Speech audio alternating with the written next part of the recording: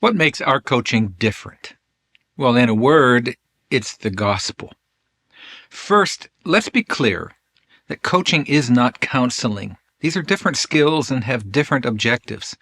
Dr. Collins does a great job differentiating these two skills on page 16 of the textbook.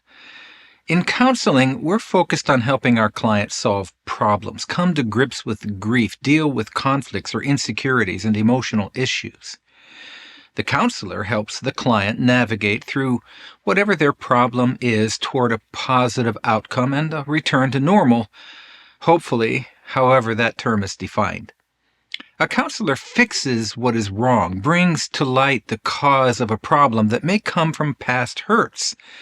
In counseling, we're looking for a way to bring healing and stability to the client. A counselor, therefore, is an expert in treating patients for healing and directing them to solutions. Counseling is done by people with expertise in the craft.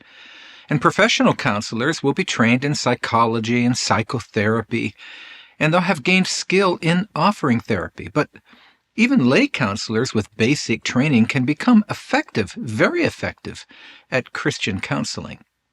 If you or your church are interested in the basics of Christian counseling that follows a biblical approach to the craft, well, check out our course in the Chaplains Academy called Christian Counseling for Grief. All of our chaplains have taken this course, and there are a growing number of churches who are using this course as basic training for their members who wish to participate in a compassionate or a grief care team. But coaching is entirely different from counseling. It's not the same at all. The coach is not focused on solving negative problems, but rather the coach is focused on helping clients achieve positive results for growth and accomplishing goals for living.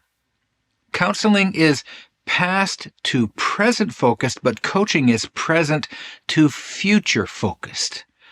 The coaching focuses on finding fulfillment, enhancing performance, building effective teams, casting vision for a life that's well lived, career growth, reaching one's goals or dreams. And do you know the difference between a dream and a goal? Well, a dream is something a person longs to do or become. A goal is a dream with an effective plan of action that will help them actually accomplish it. Many people have dreams but no plan. A dream without a plan is sort of like shooting an arrow with no target. When you aim at nothing, you will hit it every time. Now, the coach helps their client create a target based on their dreams so they can actually make progress at hitting it, at reaching it. Coaching is forward-looking to the future while helping the client describe what their life would look like if they actually achieved their dreams. And that's called vision. Coaches help and encourage people to achieve their goals, but goals have to be specific, measurable, attainable, realistic, and time-sensitive, and we use the term SMART goals to remember this. The coach is a mentoring co-equal relationship with the client. There has to be mutual respect and honest dialogue. The coach is not there to convince or pressure the client to do whatever the coach wants them to do. But rather what we do is help them clarify their dreams and work together with them to bring the change necessary to help them accomplish the dreams. The very best coaches, well, they're the ones that are trained and skilled in the same skills that we require of a good chaplain, and these include listening to understand rather than to respond. Stop trying to fix people based on what you think is right. Don't direct, but rather learn to ask seriously curious questions that draw the truth and their feelings and their dreams out of the client. A coach is and must be an encourager who practices the ministry of genuinely caring presence. We offer what we like to call genuine hospitality. It's the kind that creates a space where honest conversations can take place. If you want to make real progress at these things, and consider enrolling in clinical pastoral education, it will likely change your life, and we have a program available. But coaching has become an industry over the past few years. Many elite athletes, corporate executives, and the like are working with a private coach to help them achieve their goals in life. Now, according to Dr. Collins, the core value of coaching comes down to this. It is equipping people to move from where they are toward the greater competence and fulfillment that they desire.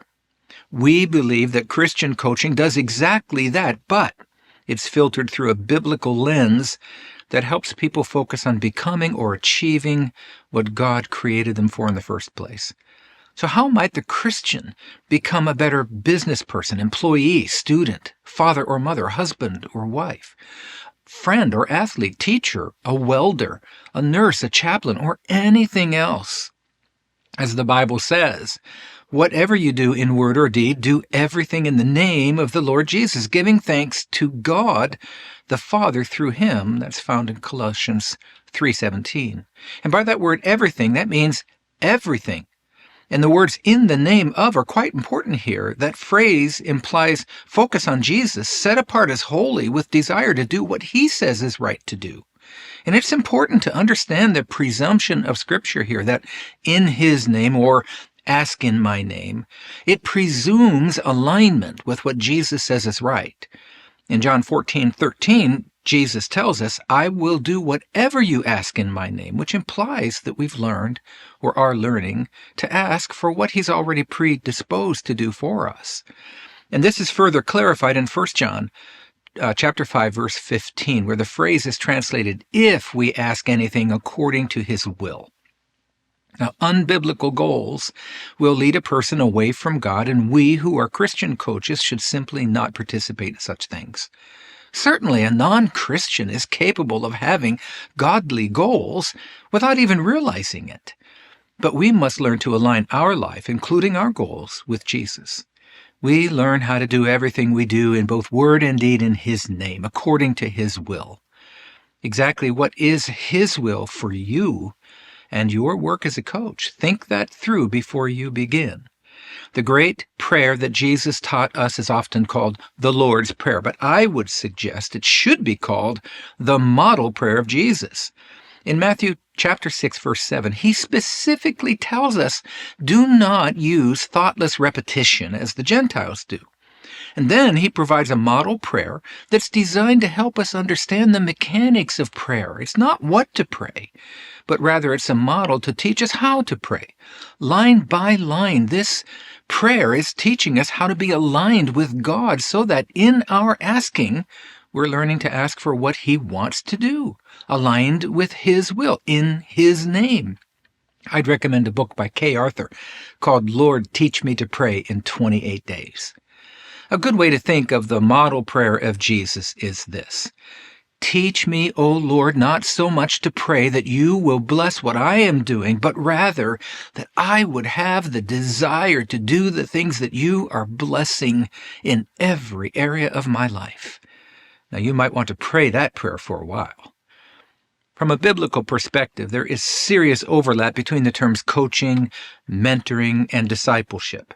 This work we do implies a relationship between people where one has more experience than the other, and the coach is presumed to be farther along in this journey of life. And in our case, we're talking about the Christian life. Coaching, it follows a unique process, but the Christian coach engages in this process with the goal of accomplishing the mission of making disciples, the kind of disciple who makes disciples that makes disciples, while also producing leaders who produce leaders. But never ever forget, you cannot disciple the unsaved. When dealing with an unsaved client, you help them, you guide them toward the life that they want to have while putting your own changed life in Christ on display. And if they become attracted to Christ, well then great. This is how the Christian coach evangelizes without pushing our faith on others unwanted or by proselytizing. With a non-believing client, we share hospitality. We help them all that we can while putting his sacred presence on display. And we leave the rest up to God. We never help them accomplish a goal that would violate our faith. With a believing client, our coaching must include discipleship, because that is what Jesus says our mission is. But what is a growing disciple? Well, a growing disciple is defined as a believer who is increasingly worshiping Jesus, increasingly being changed by Jesus, and increasingly living for and obeying Jesus in all of life while helping others do the same. Now, discipleship is a process of leading others to increasingly submit all of life to the lordship and empowering presence of Jesus, so that each person becomes a growing disciple. And when we're coaching a believer, you should incorporate discipleship. But with a non-believer, you just share his love in tangible ways and let God draw them to Christ in your coaching. Coaching isn't consulting either. A consultant is one who is hired to conduct an analysis and give recommendations for what should be done. Church consultants work to advise churches how to grow. Financial planners are hired to help people accomplish financial goals and get out of debt. Business consultants are hired to give specific advice so an owner can become more streamlined and profitable. A Christian coach helps their client accomplish their goals as aligned with Scripture as best we can, and help them make progress at living a successful life, however they're defining success. Because success is defined by the client, not by the coach. Finally, this. Dr. Collins believes that coaching and discipleship may be similar, but they're not the same thing. And he states on page 20, coaching is not primarily about helping people grow spiritually, even though that may be part of some coaching. Well, we partially agree with this, but not fully. The Christian coach must comply with the mission that Jesus has given to all believers, which is to make disciples. We can't abandon the mission, even though discipleship may not be the primary focus of coaching. We believe the skills of coaching are highly compatible with disciple making, and it is our biblical approach to coaching that makes it Christian, which implies a desire to make disciples who become disciple makers as they put a successful life on display for others to see. And first, we have to model that. We believe it's possible, even necessary, to be the kind of coach that encourages movement toward successful living, a biblical vision, evangelism through hospitality, growing discipleship, and effective leadership. You can actually coach both believers and non-believers alike, and be sure as a Christian coach to stay in your lane.